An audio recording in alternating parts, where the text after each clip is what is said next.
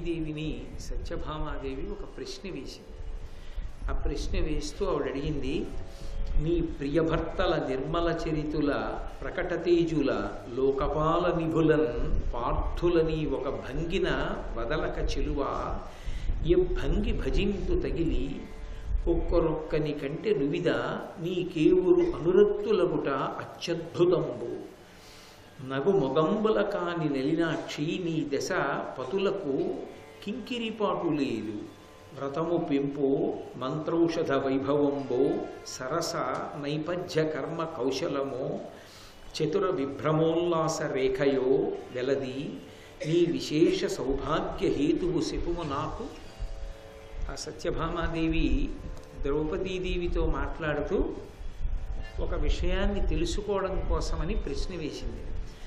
ఆవిడంది, లోకపాలకులు ఎంతటి తేజస్సు కలిగి ఉంటారో అంతటి తేజస్సు కలిగినటువంటి 5గురు నీకు భర్తలు. ఈ 5గురు కూడా ఎప్పుడూ నీ పట్ల చాలా ఆనుకూల్యతతో ఉంటారు.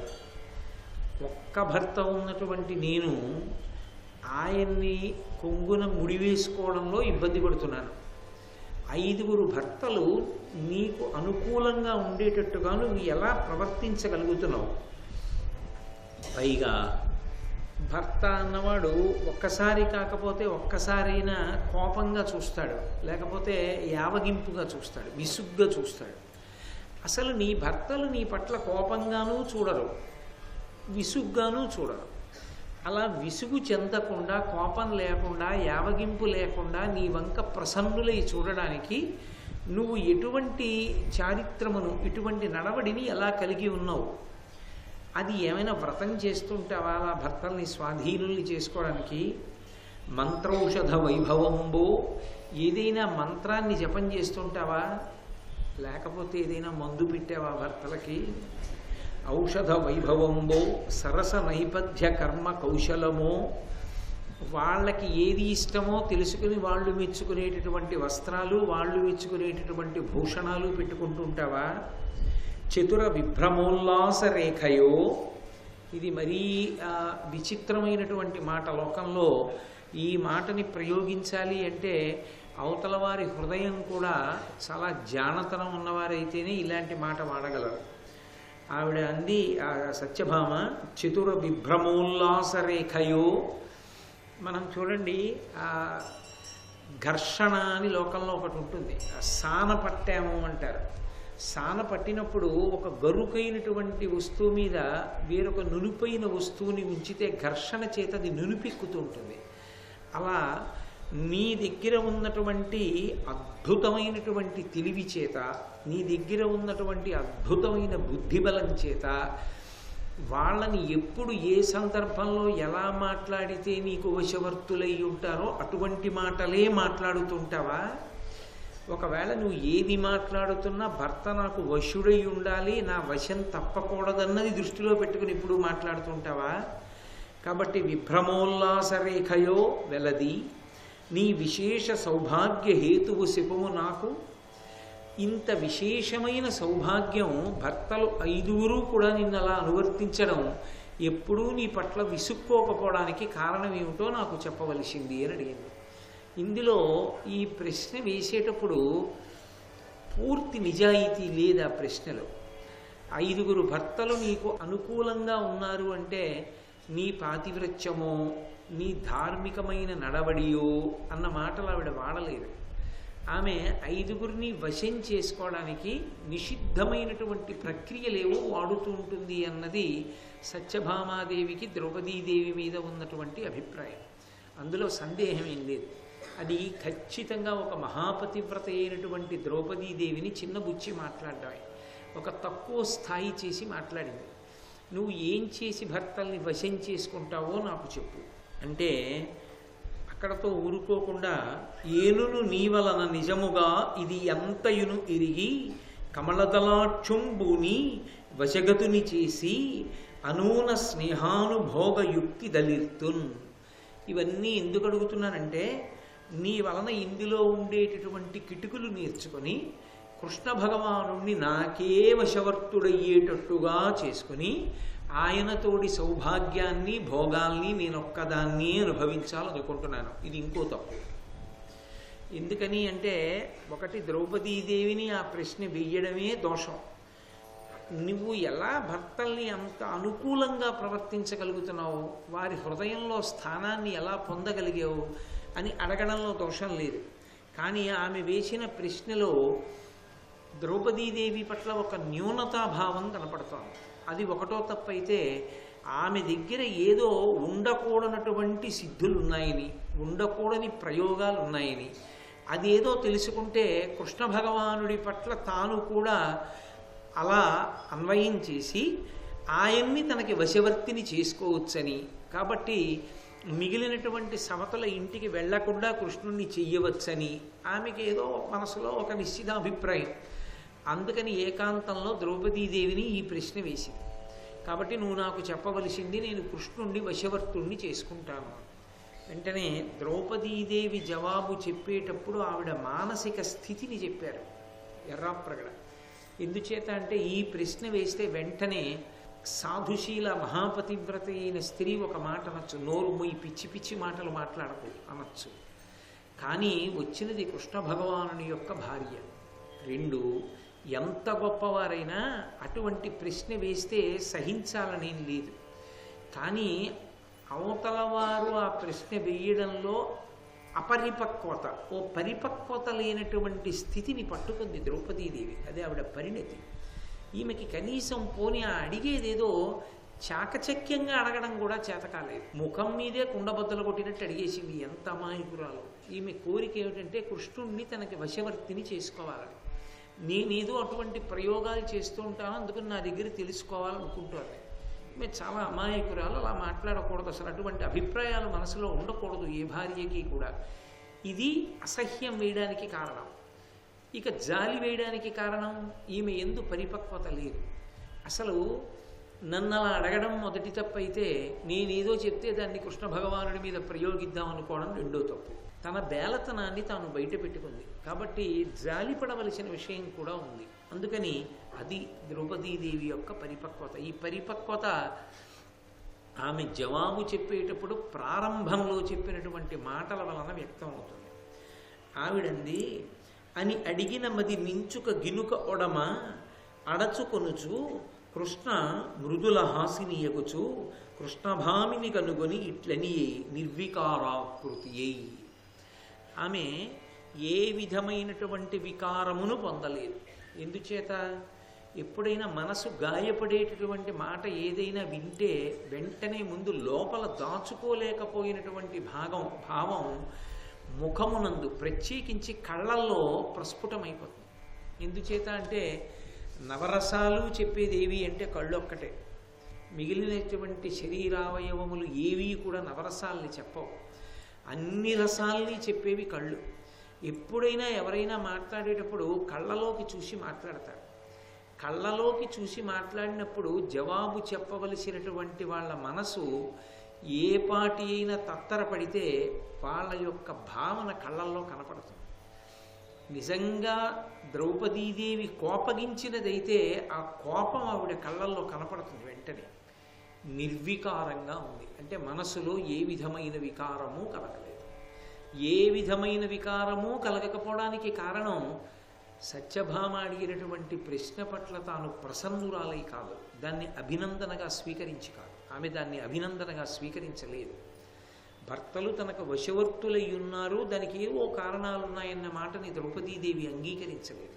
రెండు, బాధపడకుండా కూడా ఆవిడేం లేదు. ఆవిడ బాధపడింది అన్నది సత్యం. అని అడిగిన మది మించుక కినుక ఒడమా, కొద్దిగా బాధపడింది. అరే, ఎటువంటి మాట అడిగిందిరా, ఎంత తప్పు మాట అంది. నేను మందులు పెట్టడం, మంత్రాలు వేయడం, ఏదో ఇంద్రజాలం చేయడం, ఇలాంటి పనులు చేసేదాన్న, ఎంత నీచంగా నన్ను లెక్క కట్టుకుంది ఈవిడ అంటే, ద్రౌపదీదేవిని గురించి సత్యభామ ఎలా లెక్క కట్టింది అన్నది ఆ పద్యంలో తెలిసిపోతోందిగా. అలా లెక్క పెట్టినప్పుడు అటువంటి దానను నేను కాననన్న ద్రౌపదీదేవి మనసులో బాధ పొందితే బాధ వికారముగా ముఖమునందు వ్యక్తమవుతుంది. కానీ బాధపడినప్పటికీ ఆ వికారము ఆమె ముఖమునందు కనపడలేదు. అంటే వికారమును ఏది తొక్కి ఉండాలి? ఆమె అమాయకత్వాన్ని, ఆమె యొక్క అపరిపక్వతని పసిగట్టింది. ఈమెకి పరిపక్వత లేదు. ఈమె భార్యా స్థానంలోకి వెళ్ళింది కానీ ఒక భార్యకి ఉండవలసినటువంటి పరిణతిని పొందలేదు. ఇది సత్యభామకే కాదు, చాలామందికి ఉంటుంది లోకంలో. భర్త అవడం గొప్ప కాదు, భర్తగా ఉండడానికి కావలసినటువంటి పరిణతి కలిగి ఉండడం గొప్ప. భార్య కావడం గొప్ప కాదు, భార్యాస్థానమునందు కూర్చోడానికి కావలసిన పరిణతిని పొంది ఉండడం గొప్ప. ఆ పరిణతి లేకపోతే చాలా ఇబ్బందులు ఉంటాయి. ఆ పరిణతి ఆమెకి లేదు. చాలా కాలంగా కృష్ణ భగవానుడితో ఆమె కలిసి దాంపత్య జీవనం చేస్తున్నప్పటికీ ఆమెకి ఆయన ఇంకా తనకేదో వశవర్తి కాలేదని, తన అదుపులో లేడని, పూర్తిగా తన అదుపులోనే ఉండాలని, అలా ఎవరైనా ఒక భర్తని తనకి అనుకూలంగా ఉండేటట్టుగా ప్రవర్తిస్తే అది ఏ మంత్రమో మందో పెడితే తప్ప అలా పురుషులు వశం కారని ఆ సత్యభామ యొక్క మనసులో ఏదో ఒక అభిప్రాయం నిశ్చితంగా ఉంది. అంటే అసలు ఇప్పుడు ఆవిడ మీద కోపగించి ప్రయోజనం లేదు, ఆమె దోషాన్ని దిద్దవలసిన అవసరం. అసలు ఒక భార్య ఎలా ఉండాలో ఆవిడికి సరిగ్గా తెలియలేదన్నమాట. ఇప్పుడు భార్య ఎలా ఉండాలో తెలియలేదు కాబట్టి తెలియచెప్పవలసినటువంటి అవసరం కొంత ఉంది. మీరు కొంచెం జాగ్రత్తగా పరిశీలిస్తే ఈ పరిణతి యందు ఉండేటటువంటి దోషం ఖచ్చితంగా కనపడుతుంది. రుక్మిణీదేవికి ఉన్నటువంటి పరిణతి సత్యభామాదేవి యందు ఉండదు. ఆ ఉండకపోయినటువంటి కారణం చేత రుక్మిణి ఒక భార్యగా ఎలా ప్రవర్తిస్తుందో అలా సత్యభామ ప్రవర్తించలేదు. దీన్ని ఖచ్చితంగా లెక్క కట్టింది ద్రౌపదీదేవి. కాబట్టి ఈవిడికి నేను జవాబు చెప్పి ఈవిడ మనసు మార్చవలసినటువంటి అవసరం ఉంది. ఒక యోగ్యమైన భార్యగా నేను తయారు చేయాలి. కాబట్టి కోపగించి ప్రయోజనం ఏముంటుంది? మరింత మొరట తీరుతుంది. ఆ రహస్యం చెప్పడానికి ఇష్టపడలేదనుకుంటుంది. ఇది ఇంకొకలా కృష్ణుడితో చెప్పినా చెప్పచ్చు కూడా. కాబట్టి నేను నా వికారాన్ని అణుచుకోవలసిన అవసరం ఉంది. రెండు, ఆమె గౌరవం కృష్ణుడి మీద. కృష్ణుడంటే ఎనలేని భక్తి, ఎనలేని గౌరవం ద్రౌపదీదేవికి. విశేషించి అన్నగారి వరస అయితే సత్యభామ వదిన గారు, ద్రౌపదీదేవి ఆడపడచ్చు. లోకంలో మర్యాద ఒకటి ఉంటుంది.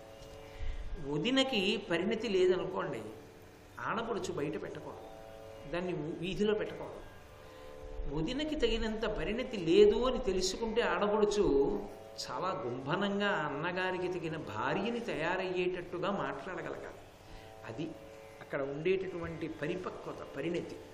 అంతేకాని మా వదినకి అది తెలియదండి, మా వదినకి ఇది తెలియదండి, మా వదిన ఇలా మాట్లాడిందని మాట్లాడితే ఇప్పుడు ఆడపడుచుకి అన్నగారి మీద ప్రేమలో దోషం వస్తుంది.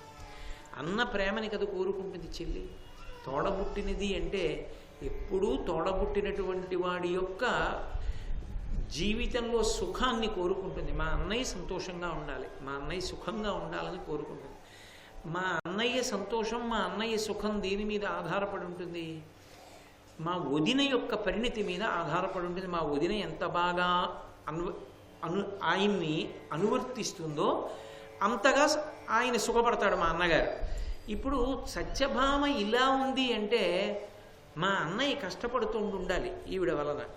కాబట్టి ఇప్పుడు నేను కూడా కోప్పడితే మా అన్నయ్యకి జరిగే ఉపకారం ఏమిటి? కాబట్టి నేను కేవలం కోప్పడి ప్రయోజనం లేదు, నేను ఆమెకి తగిన బోధ చెయ్యవలసిన అవసరం ఉంది.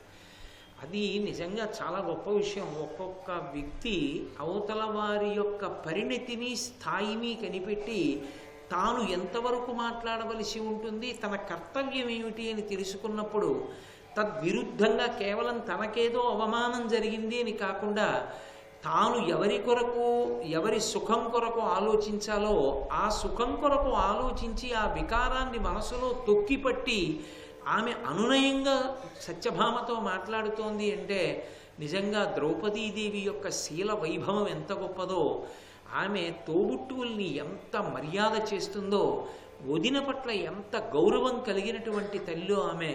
వదిన అడిగింది కాబట్టి తొందరపడి మాట్లాడకూడదు అని ఎంత నిదానంగా ఆమె ఆ విషయాన్ని స్వీకరిస్తోందో మనకి ఆ ద్రౌపదీదేవి యొక్క శీల వైభవం అంతా కూడా మొట్టమొదటి ఆమె మానసిక స్థితి ఏమీ మాట్లాడకపోయినా ఆమె మాట్లాడడానికి ఉద్యుక్తురాలవుతున్నప్పుడు ఆమె యొక్క స్థితిని వర్ణించినటువంటి ఎర్రాప్రగడ గారి పద్యంలో అసలు ఆ ద్రౌపదీదేవి యొక్క గొప్పతనం ఎంతటిదో మనకు అర్థమవుతుంది. నను ఇట్లు దుష్టవనితా జనము నటులుగా తలంపచనునే నీకు మనసొప్పదు పురుషోత్తము వనితవుగా తగవు నీవు వనరుహనయన.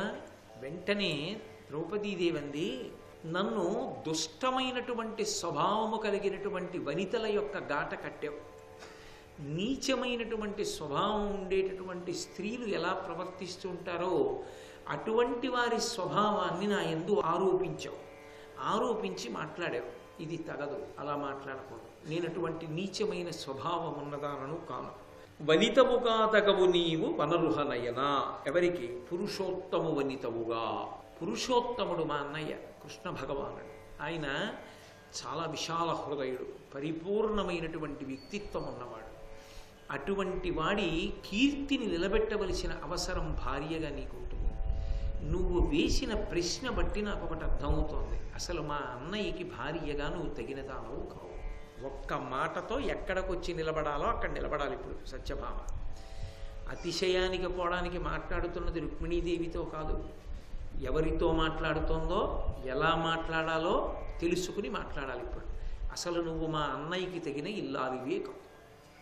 నీకు అసలు ఎవరితో ఎలా మాట్లాడాలో తెలియదు. నా యందు చాలా నీచమైన స్వభావాన్ని ఆరోపించావు. అలా ప్రవర్తించకూడదు. అంటే అసలు నీకు ముందు అవతల వాళ్ళని ప్రశ్న వెయ్యడమే చేత కాదు. కాబట్టి నువ్వు జాగ్రత్తగా వినవలసి. అంటే ఇప్పుడు ఆమె ఏ స్థాయికి వచ్చి వినాలంటే, నేను ఒక పెద్ద డాక్టరేట్ని అనుకున్నటువంటి సత్యభామ నేను ఎల్కేజీ కూడా సరిపోను అని తెలుసుకోవాలి. తెలుసుకుని వినవలసి ఉంటుంది. అసలు భార్యాస్థానంలో ఉన్నాను, కానీ భార్యాస్థానంలో ఉండడానికి కావలసినవి ఏమిటి అన్నది నాకేం తెలియదు అనమాట.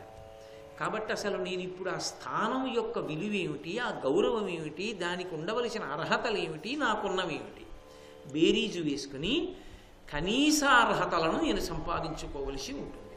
కాబట్టి ద్రౌపదీదేవి అంది, అలయక మంత్ర తంత్ర వివిధౌషధ భంగుల చేసి ఎంతయున్ వలతురు నాదులంట మగువా కడు బెలతనంబు దానమున్ కలిగిన ప్రేమయున్ బొలియుగాని ఒకండును సిద్ధి పొందదు అప్పలుతకతోడి మన్కి అహిపొత్తుగా చూచు విభుండిరింగినన్. నువ్వు నన్ను కొన్ని ప్రశ్నలు వేశావు. మంత్రాలు వేస్తావా, మందు పెడతావా, ఇంద్రజాలం చేస్తావా, భూషణాలు వాళ్ళకి ఇష్టమైనవి ధరిస్తావా, వాళ్ళకి ఇష్టం వచ్చిన చీరలు కట్టుకుంటావా, వాళ్ళని వశవర్తులయ్యేటట్టుగా నువ్వు ఎప్పుడూ ఆలోచన చేస్తుంటావా అని అడిగావు. నేను మంత్రము, తంత్రము, ఔషధ ప్రయోగము ఇటువంటివి చేసి భర్తని వశం చేసుకునేదాన్ని కాను. భర్త వలన పొందవలసినది ప్రేమ. ప్రేమని పొందడానికి ఔషధాలు లేవు. ఇది ఆవిడ వేసిన ప్రశ్నలో దోషం ఎక్కడుందో బయటపెట్టింది. అసలు నిజంగా ఈ పద్యానికి బంగారు అక్షరాలతో దీన్ని తయారు చేయించి ఒక పూలదండ వెయ్యాలి. దాంపత్య జీవనం గురించి అంత అద్భుతమైన ప్రతిపాదన చేసింది ద్రౌపదీదేవి. దాంపత్యమనగా ప్రేమ. ప్రేమ అన్న మాటకు అర్థం ఏంటంటే, అవతల వారిలో ఉన్నటువంటి బలహీనతలు బాగా తెలిసి కూడా తనకున్నటువంటి బలము చేత ఆ బలహీనత వలన పక్కవారు ఇబ్బంది పడకుండా కమ్ముకుని రావడం. భర్త యందు ఒక చిన్న బలహీనత ఉందనుకోండి, అది బయటపడకుండా భార్య కమ్ముకుంటుంది. భార్య యందు ఒక చిన్న బలహీనత ఉందనుకోండి, బయటపడకుండా భర్త కాసుకుంటాడు. అలా చూసుకునేటటువంటి వాళ్ళై ఉండడానికి కారణం ప్రేమ కలిగి ఉండడం. ప్రేమ యందు ప్రతిఫలాపేక్ష ఉండదు. అటువంటి ప్రేమ దంపతుల మధ్య ఉండాలి. ఈ ప్రేమ వలన ఏమొస్తుంది అంటే త్యాగభావన ఉద్భవిస్తుంది. త్యాగం ఎంత త్యాగమైనా చేసేస్తారు. ఎంత త్యాగం వరకు వెళ్ళిపోతారంటే, తనకి ఇష్టమైన ఏదైనా సరే కనీసం నోరు విప్పి అడగడం కూడా ఉండదు. ఎందుకుండదు అంటే భర్త యొక్క శక్తి సామర్థ్యములను దృష్టిలో పెట్టుకుని అడగరు. 2, ఆయన ఏదైనా కష్టంలో ఉంటే తాను మాట్లాడిన మాట వల్ల ఆయన కష్టం వలన పొందిన బాధకి ఇంకా ఎక్కువ బాధ కలుస్తుందనుకుంటే అసలు ఆ మాట కూడా అడగరు. నిశ్శబ్దంగా అలా ఉండిపోతుంది అంతే. అది ప్రేమ చేత మాత్రమే సంభవం అవుతుంది తప్ప ప్రేమ లేకుండా అసలు దాంపత్యం అనేటటువంటి దానికి అర్థమే లేదు. సర్వం శ్రీ ఉమామహేశ్వర పరబ్రహ్మార్పణమస్తు. స్వస్తి.